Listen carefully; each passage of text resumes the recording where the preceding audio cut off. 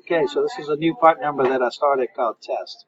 And you can see the order points is 25 min and max. Units 1 and 1. It's 1 per case, and we sell it 1 at a time. So here there's a button called to order list. So from here I can actually send that part number to the order list. And it says that I need 25. How many will I send? So I could send just 5 to the order list to the vendor and say send it to the order list. So then when I go to the purchasing manager, it's on the order list right there. So leave as is, and I could create a PO right from that.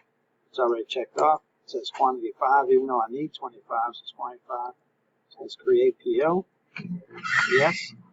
So here it has a thing called place. PO. You see there's no receiving thing. So it gives me my PO number and all the stuff. So then I have to have process to move it to a second location. And that's when it becomes on order. So now, when I go back to this number, I go here, it says PO summary that I have 5 on order right there. It tells me what PO it's on.